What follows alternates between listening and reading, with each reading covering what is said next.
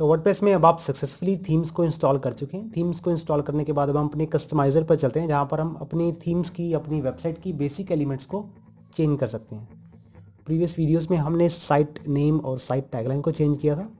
Simply pencil का icon आपको जहाँ जहाँ दिख रहा है आप डायरेक्टली उस फील्ड तक पहुँच सकते हैं, और कस्टमाइज़र का जो लेफ्ट पैनल है वहाँ पर आपको ऑटोमेटिकली ये दिखना शुरू हो जाएगा कि ये ऑप्शन, इसके कंट्रोल्स हमें कहाँ से कहाँ तक लेकर गए हैं। यानी कि ये विजेट से साइड बार के अंदर और साइड बार में जाकर हमें इस पर्टिकुलर विजेट के कंट्रोल्स मिले हैं। एक कस्टमाइज़र के थ्रू हम थीम्स में इसके विजेट्स, इसके टेक्स्ट कलर, फॉन्ट फैमिली, इसका बैकग्राउंड कलर, इसका साइट टाइटल, टैगलाइन, मेन्यूज़, इसका लेआउट टाइप की हमारी वेबसाइट का लेआउट टाइप कैसा होना चाहिए, बॉटम पर फुटर किस तरह से ऐड कर सकते हैं, अगर टॉप बार हमारे पास विजिबल है तो टॉप बार पे मेन्यूज़ किस तरह से ऐड कर सकते हैं, वैसे वैसे हमारे पास थीम के अकॉर्डिंगली फीचर्स भी अलग अलग हो सकते हैं। थीम के ऊपर डिपेंडेंसी होने की वजह से आपके जो फीचर्स हैं वो कम या ज़्यादा हो सकते हैं। तो मैं बारी बारी से आपको दिखा देता हूँ कि अब की मेरी जो थीम है प्राइमर के नाम से, उसके अंदर हमारे पास किस किस तरह के कंट्रोल्स अवेलेबल हैं। तो उसमें सबसे पहले मेरे पास साइट आइडेंटिटी के नाम से एक फील्ड अवेलेबल है, लोगो के नाम से, जिसमें मैं लोगो को फिलअप कर सकता हूँ। लोगो इसमें डाल सकता हूँ, मैं कोई भी फ़ोटो इसमें सिलेक्ट कर लेता हूँ और स्किप क्रॉपिंग सिंपली डाउन करके स्किप, तो मेरा जो लोगो है वो कुछ इस तरह से दिखता है। थीम के अकॉर्डिंगली ये आपको कुछ अजीब तरीके से प्रेजेंटेशन लग सकता है, लेकिन फुल स्क्रीन में आप उस लोगो को चेकआउट कर सकते हैं। मैं इसे फुल स्क्रीन में करता हूँ, मैं इसे बॉटम में करके क्रॉप इमेज पर क्लिक करता हूँ, तो मेरी जो इमेज है वो क्रॉप होकर कुछ इस तरह से दिखेगी, जहाँ पर यहाँ पर मेरा लोगो आना चाहिए। तो इस थीम के अकॉर्डिंगली मेरा ये लोगो अच्छा नहीं लग रहा, मुझे फिट नहीं बैठ रहा, तो मैं इस लोगो को नहीं लगाना चाहता। इवन कि मैं इस थीम को ही चेंज करता हूँ। थीम को चेंज करके मैं इसे 2020 की इस थीम में लाइव प्रीव्यू करता हूँ और एक्टिवेट एंड पब्लिश पर क्लिक करता हूँ। अब मैं साइट आइडेंटिटी के अंदर जब यहाँ लोगो पेस्ट करता हूँ तो मुझे लोगो वाइड कुछ इस तरह से देखने को मिलता है। यहाँ पर आप छोटा सा देखिए लोगो देख सकते हैं, यहाँ पर आप स्क्वायर साइज़ में या पर्टिकुलर डायमेंशंस आप यहाँ रीड कर सकते हैं। Suggested image dimensions 120 by 90 pixels, तो 120 बाई 90 की डायमेंशंस में आप लोगों को यहाँ फिट कर सकते हैं। इसके साथ साथ business title, business tagline, retina logo का मतलब यहाँ पर उस लोगो से है जो आप यहाँ करते हैं। नहीं यार, टैगलाइन के बाद मेरे पास रेटिना लोगो का ऑप्शन है, साइट आइकन का ऑप्शन है। साइट आइकन में जब मैं इसे अपने आइकन को अपलोड करता हूँ तो मैं इसे क्लिक करता हूँ और सेलेक्ट करता हूँ, तो मेरा जो आइकन है वो कुछ इस तरह से यहाँ डिस्प्ले होगा एज एन ऐप यहाँ पर, और टैब के अंदर कुछ इस तरह से। ये देखिए जहाँ पर आप ये अर्थ का वेब का आइकन देख रहे हैं, इसकी जगह मेरे पास ये आइकन दिखना शुरू हो जाएगा, ये लोगो दिखना शुरू हो जाएगा। क्रॉप इमेज करता हूँ तो मुझे ये कुछ इस तरह से दिखना शुरू हो जाएगा। तो यहाँ से आप चेंज कर सकते हैं। मैं बैक करता हूँ, इसमें कलर सेटअप कर सकते हैं हम। बैकग्राउंड कलर आपको जो रखना है कस्टमाइज़, आप उसे यहाँ से चेकआउट कर सकते हैं। कुछ इतना इसमें रखता हूँ इसे। आपने बैकग्राउंड कलर सेलेक्ट किया, header and footer background colour अगर आप चेंज करना चाहते हैं तो उसे यहाँ से कर सकते हैं, और इसके जो चेंजेस हैं ये लाइव दे सकते हैं। कस्टमाइज़र की ये बहुत ही अच्छी फैसिलिटी है कि हम जिसमें किसी भी तरह का चेंज करते हैं तो उसको हम लाइव देख सकते हैं अपनी स्क्रीन पर। अब मैंने इसमें फुटर भी चेंज किया। अगर आप प्राइमरी कलर को कस्टमाइज़ करना चाहते हैं, प्राइमरी कलर का मतलब मेरे पास इस कलर से पिंक कलर का ही आप देख रहे हैं, ऐसे यहाँ से आप चेंज अप कर सकते हैं। मैं इसे रेड कर देता हूँ प्रॉपर, तो इस तरह से। अगर मैं इसे ग्रीन करता हूँ तो मुझे ये इस तरह से दिखता है। ये मेरे पास प्राइमरी कलर के ऑप्शन जितने मेरे पास लिंक्स या बटन्स हैं कुछ इस तरह से दिखने शुरू हो जाएंगे मुझे। आपको जो कलर सुटेबल लगे आप उसे सेलेक्ट कर सकते हैं। उसके बाद थीम ऑप्शंस। थीम ऑप्शन में शो सर्च इन हेडर, यानी कि ये सर्च बार का आइकन, मैं इसे ऑफ करता हूँ तो सर्च बार का आइकन इनविजिबल हो जाता है।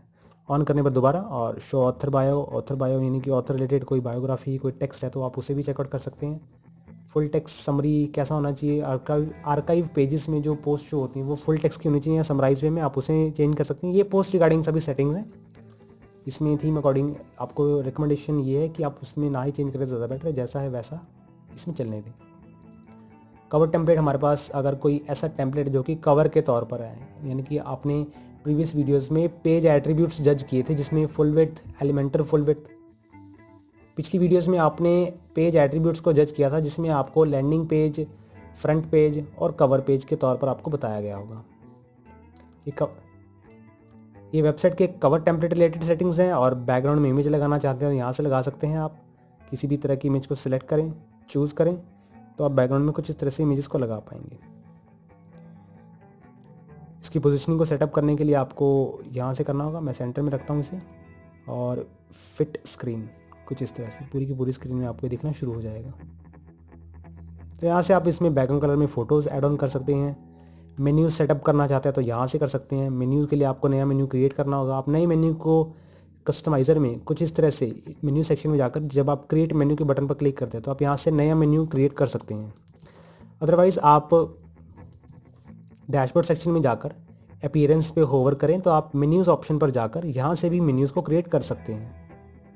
अभी मैंने ये मेन्यू क्रिएट नहीं किया और मैं इसे mobile menu, social menu, horizontal, expanded, अलग अलग लोकेशन, इस मेन्यू को आप जिस लोकेशन पर देखना चाहते हैं आप उसे चेक मार्क करके मेन्यू को वहाँ शो कर सकते हैं। मैं अभी के लिए इसे बैक करता हूँ, मेन्यू नहीं क्रिएट करता। इसके बाद है विजेट्स आप फुटर में कितनी तरह के विजेट्स ऐड करना चाहते हैं। नंबर ऑफ़ विजेट्स की लिस्ट मेरे पास यहाँ पर है। यहाँ पर आप अलग अलग तरह के विजेट्स का ऐड कर सकते हैं। वीडियो, सर्च आइकन, मैं यहाँ पर सर्च आइकन ऐड करता हूँ। तो मेरे पास रीसेंट कमेंट्स के नीचे ये रीसेंट कमेंट का विजेट है, मैं इसे डिलीट करता हूँ। ये वाला भी मैं डिलीट करता हूँ और सर्च का आइकन भी। तो मेरे पास ये इस तरह से विजिबल होगा। फोटो 2 के अंदर हमारे पास ये ऑप्शंस अवेलेबल हैं। आर्काइव, कैटेगरीज, मेटा, मैं इन्हें डिलीट करता हूँ और उसमें कैटेगरीज ही रखता हूँ, सिर्फ मेटा को भी डिलीट करता हूँ। तो इस तरह से आप नए नए विजेट्स को यहाँ पर ऐड कर सकते हैं। थीम के अकॉर्डिंगली आपके पास विजेट की जो लोकेशन है वो फुटर के साथ साथ side bar, top bar, left bar, हर तरह के विजेट्स की जो स्पेसिंग है वो अवेलेबल हो सकती है। कस्टमाइज़र में आप विजेट्स यहाँ से ओपन कर सकते हैं। अगर डैशबोर्ड में आप विजेट्स को ओपन करना चाहते हैं तो अपीयरेंस सेक्शन में जाकर विजेट्स जो कि मेन्यूज़ के ऊपर ऑप्शन अवेलेबल है, इन पर क्लिक करके नंबर ऑफ़ विजेट्स यहाँ पर देख सकते हैं और उन विजेट्स को जहाँ लगाना चाहते हैं उनकी जो स्पेसिंग है अभी उन्हें कहाँ लगा सकते हैं पूरी वेबसाइट में। फुटर में लगा सकते हैं, फुटर 1, फुटर 2। तो आप यहाँ से विजेट्स को भी मेंटेन कर सकते हैं और ड्रैग एंड ड्रॉप कर सकते हैं। सिंपली कुछ इस तरह से ऐड करने के लिए ड्रैग करें, ड्रॉप करें तो आपका जो विजेट है वहाँ प्लेस हो जाएगा।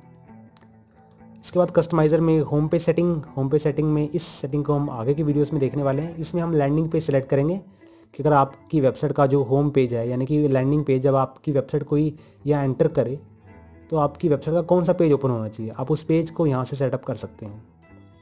तो ये होम पेज सेटिंग्स है। एडिशनल सीएसएस में आप कोडिंग्स को पेस्ट कर सकते हैं। अगर आपने कोई HTML, CSS, कोई जावास्क्रिप्ट, कोई भी किसी भी तरह की आप लैंग्वेज यूज़ करते हैं या इसमें कोई कोडिंग लगाते हैं जिससे आप अपनी वेबसाइट को और भी फीचरेबल बना सकते हैं, आप उन कोड्स को एडिशनल CSS के इस ऑप्शन में पेस्ट करते हैं। और सभी चेंजेस करने के बाद अगर आपको अपने चेंजेस से सेटिस्फैक्शन है तो आप सिंपली पब्लिश के ऑप्शन पर क्लिक कर दें। अदरवाइज़ आप इसे क्रॉस करें तो आपको ये डायरेक्टली डैशबोर्ड की तरफ डाइवर्ट कर देगा, कुछ इस तरह से। अगर मैं कस्टमाइज़र में जाकर इसमें कोई चेंज करता हूँ, मान लीजिए साइट आइडेंटिटी में मैंने यहाँ पर नेम को स्मॉल कर दिया और यहाँ पर पब्लिश का ऑप्शन मेरे पास आ रहा है, लेकिन मैं इस चेंज को सेव नहीं करना चाहता और मैं इस क्रॉस के बटन पर क्लिक करता हूँ तो आपके ब्राउज़र में जो वार्निंग आती है उसके लिए आप उस वार्निंग को ओके ज़रूर कर दें। अगर कैंसिल करेंगे तो दोबारा उसी पेज पर ही अटके रहेंगे। तो इस तरह से आप अपने इन चेंजेस को क्रॉस करके ओके करके डैशबोर्ड तक जा सकते हैं। कस्टमाइज़र में हमारे पास एक ऑप्शन और अवेलेबल है। मैं यहाँ पे जब टैगलाइन को चेंज करता हूँ, चेंज्ड टैगलाइन, और मैं इसे शेड्यूल करना चाहता हूँ। मैं चाहता हूँ कि मेरा ये जो चेंज है ये मेरी कल की डेट में चेंज हो, आज किसी भी तरह का चेंज ना हो। मतलब मैं इसको भी शेड्यूल करना चाहता हूँ जैसा हमने पोस्ट को किया।